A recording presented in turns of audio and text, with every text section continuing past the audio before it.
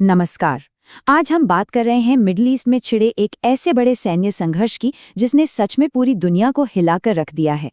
तो चलिए इस पूरी स्थिति को जरा विस्तार से समझने की कोशिश करते हैं। ये सिर्फ एक और जंग की कहानी नहीं है। ये अनुभव इसे बहुत ज्यादा पर्सनल बना देता है, क्योंकि कुछ घंटे पहले ही इसके सूत्रधार अपने परिवार के साथ दुबई में थे, ठीक उसी जगह के पास जहां से ये सब शुरू हुआ। तो सबसे पहले बात करते हैं उस शुरुआती झटके की, जब एक आम सी जिंदगी अचानक पलक झपकते ही जंग के मैदान में तब्दील हो गई। सोचिए, एक बिल्कुल नॉर्मल सुबह अचानक कैसे बदल गई। फ्लाइट ने तो टाइम पर उड़ान भरी, लेकिन कुछ ही घंटों के अंदर खबर आई कि अमेरिका और इजराइल ने ईरान पर हमला कर दिया है। और जब दुबई में लैंडिंग हुई तो मंजर किसी फिल्म जैसा था।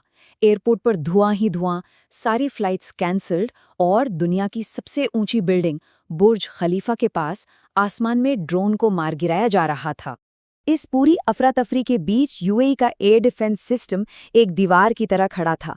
ईरान की तरफ से 1137 मिसाइलें दागी गईं और उनमें से 1132 को हवा में ही रोक दिया गया। कमाल है, लगभग सारे ड्रोन भी अपने टारगेट तक पहुंच ही नहीं पाए। तो जमीन पर जो आग और तबाही दिख रही थी, वो ज्यादातर इन्हीं रोकी गई मिसाइलों के मलबे की वजह से थी। चलिए अब इस संकट के केंद्र में चलते हैं, मतलब उस बड़े मिलिट्री ऑपरेशन पर जो ईरान के खिलाफ शुरू किया गया।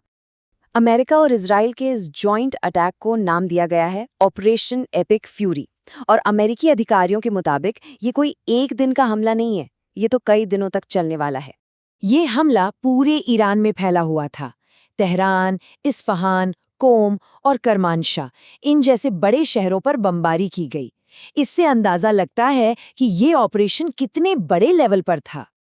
लेकिन सबसे बड़ी और सच में चौंकाने वाली खबर ये थी कि ईरान के supreme leader ayatollah Ali Khamenei अपने कंपाउंड पर हुए एक हमले में मारे गए।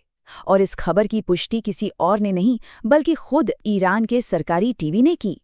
हमले में उनके परिवार के कुछ लोग भी मारे गए।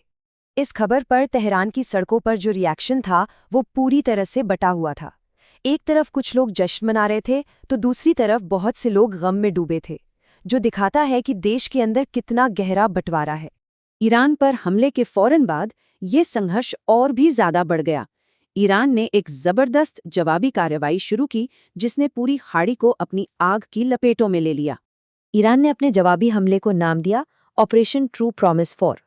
इसमें सिर्फ अमेरिकी मिलिट्री बेस ही नहीं, बल्कि पड़ोसी देशों के सिविलियन इलाकों को भी निशाना बनाया गया। ईरान का ये जवाबी हमला बहुत बड़े पैमाने पर था। दुबई में धमाके सुने गए, कतर में अमेरिकी एयरबेस से धुआं उठता दिखा, और बहरीन में तो अमेरिकी नौसेना के अड्डे पर सीधा हमला हुआ। कुल मिलाकर 27 अमेरिकी ठिकानों को टारगेट किया गया। अब देखते हैं कि इस बढ़ती हुई जंग का इंसानी और आर्थिक स्तर पर क्या भयानक नतीजा हो रहा है, खासकर भारत के लिए। देखिए, इस संघर्ष का भारत पर सीधा असर पड़ता है। खाड़ी देशों में 1 करोड़ से भी ज्यादा भारतीय रहते और काम करते हैं। अब वो सब एक वॉर जोन में फंस गए हैं, जो भारत के लिए एक बहुत बहुत बड़ी चिंता की बात है।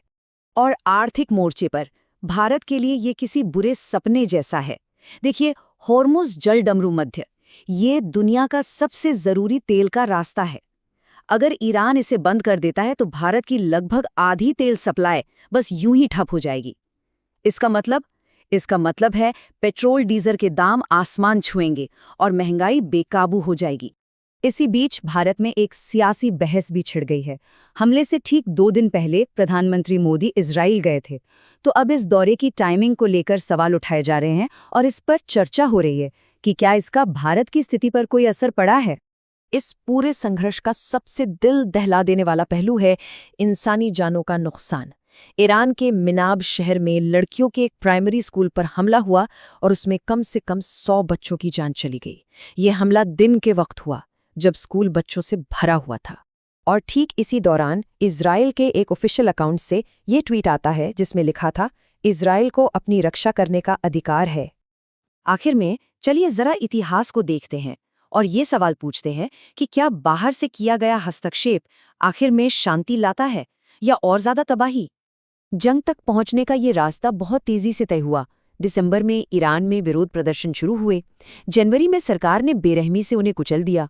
और फिर फरवरी में जब ओमान ये कह रहा था कि एक शांति समझौता बस होने ही वाला है, उसके कुछ ही दिनों बाद ये हमला शुरू हो गया। तो इस हस्तक्षेप के पीछे मकसद क्या था? डोनाल्ड ट्रंप के इस ट्वीट से ये काफी साफ हो जाता है। उन्होंने ईरान के लोगों को संबोधित करते हुए लिखा, जब हम अपना काम खत्म कर लें तो अपनी सरकार पर कब्जा कर लेना। मतलब ये सीधे सीधे सत्ता बदलने का इशारा था। लेकिन सवाल ये है कि क्या इस तरह के हस्तक्षेप से वाकई लोगों का भला होता है? इतिहास तो हमें कुछ और ही बताता है। इराक में सद्दाम हुसैन को हटाने के बाद और लिबिया में गद्दाफी को हटाने के बाद दोनों देश और भी ज्यादा अस्थिर हो गए और आम लोगों के लिए हालात पहले से भी बदतर हो गए। और यही आज का सबसे बड़ा सवाल है। एक क्रूर तानाशाह को हटाने के नाम पर किया गया ये हमला क्या ईरान को शांति और लोकतंत्र की तरफ ले जाएगा, या फिर उसे भी इराक और लिबिया की तरह कभी न खत्म होने वाली अस्थिरता और तबाही के चक्कर में धकेल देगा?